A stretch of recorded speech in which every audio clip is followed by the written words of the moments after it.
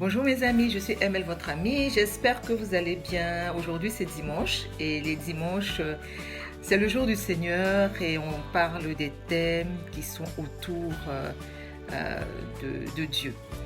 Alors, comme je dis toujours, je suis chrétienne. Je vais vous rappeler ça à chaque fois pour ne pas que les autres religions se sentent lésées. Donc si je parle en fait des chrétiens, c'est parce que c'est ce que je connais. Donc je ne vais pas m'aventurer vers les autres religions que je ne connais pas. Donc je me base sur ce que je connais pour donner des conseils. Aujourd'hui, j'aimerais parler de l'indissolubilité du mariage. Donc c'est vrai que la plupart des religions, on prône le mariage jusqu'au bout, jusqu'à la mort, ce qui est une très bonne chose. Le divorce n'est pas quelque chose de bon, de bien dans la vie d'un couple, de toutes les façons. Ce n'est pas bien pour les membres de ce couple et c'est même mauvais, encore plus mauvais pour les enfants. D'accord? Moi-même personnellement, je l'ai vécu, donc c'est pas quelque chose que je conseillerais à des personnes qui s'engagent dans le mariage. Lorsque vous vous engagez avec une personne, sachez que cette personne doit être avec vous pour toujours. Ça veut dire que c'est un engagement que vous avez pris. C'est un engagement que vous avez, accepté, un engagement vis-à-vis de Dieu, un engagement vis-à-vis de votre famille, de votre belle famille et de votre mari et aussi de vous-même, donc votre mari ou votre femme. Mais est-ce pour autant qu'au nom de l'indissolubilité du mariage qui est prôné pratiquement dans toutes les religions, nous devons tout accepter? Parce que c'est ça. Est-ce qu'il faut tout accepter parce que Dieu n'aime pas le divorce?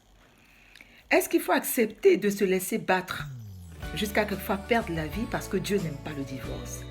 Est-ce qu'il faut accepter toutes ces violences psychologiques, physiques, morales dont quelquefois le monsieur ou la femme sont victimes parce que Dieu n'aime pas le divorce? Moi, je donne mon avis. Dans la Bible, il est écrit quand même que l'homme doit aimer sa femme comme Jésus a aimé l'Église. Vous formez une seule chair. Donc, il est impossible de faire du mal à sa propre chair. Quand on est, on va dire, correct. Attention, moi, quand je parle pas des personnes qui sont là en train de maltraiter pour rien leur moitié, donc femme ou homme. Je parle des personnes qui comprennent que le mariage, c'est le bonheur. Des personnes qui ont une femme merveilleuse ou un homme merveilleux. Je parle de ça parce que sinon on ne va pas s'en sortir. Donc, lorsque on se marie, on doit comprendre que l'autre et nous finissons par faire une seule chair. Et c'est ce que prône l'Église chrétienne. D'accord?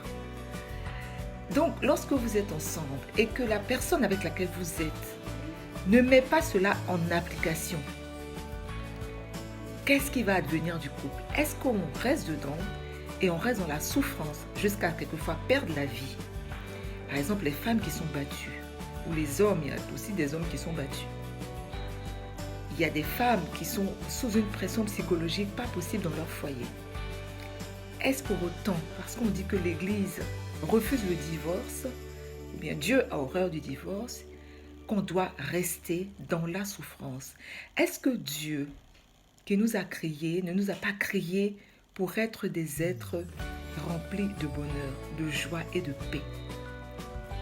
Dans la Bible, il est aussi dit qu'il ne faut pas souiller le lit conjugal, qu'il ne faut pas s'adonner à l'infidélité, parce que c'est un péché. Mais est-ce que le fait, par exemple, on vit avec des gens qui sont infidèles du matin au soir, ils ne font que ça. Est-ce qu'à cause de l'indissolubilité du mariage, on doit supporter ça? Moi, personnellement, je dirais non. Moi, ça n'engage que moi. Après, chacun fait ce qu'il veut dans son foyer. Moi, pour moi, être chrétien ou être croyant, c'est de marcher à la suite en tant que chrétien du Christ. Et jamais le Christ a demandé de maltraiter sa femme ou son mari. Il a plutôt demandé de nous aimer mutuellement, de nous entraider, de nous chérir. Enfin, je paraphrase. Tout ça pour dire que selon les conseils de Jésus, il faut aimer l'autre parce que c'est votre moitié. Il faut respecter l'autre parce que c'est votre moitié. Il faut rester fidèle à l'autre parce que c'est votre moitié. Dieu a horreur du divorce, je suis d'accord. Mais il a aussi horreur que ses enfants souffrent. Donc restons-nous dans le foyer parce qu'on ne peut pas divorcer.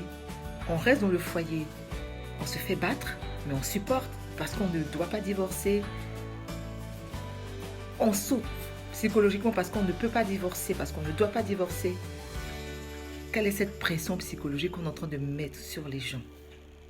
Donc il y a des femmes ou des hommes qui sont dans des foyers qui sont en train de se détruire tous les jours. Et tout ce qu'on va leur dire, Dieu a horreur du divorce. Je vais sûrement choquer plus d'un. Mais après, ça n'engage que moi, comme je dis. Moi, je trouve que ça, c'est manquer justement à la parole de Dieu qui nous veut heureux, qui nous veut remplis de paix et d'amour pour notre moitié, remplis de fidélité, de compréhension et d'entraide, de solidarité. Donc pour moi, je dirais que c'est pas au nom de l'indissolubilité du mariage que je vais rester dans un mariage qui me détruit tous les jours un petit peu.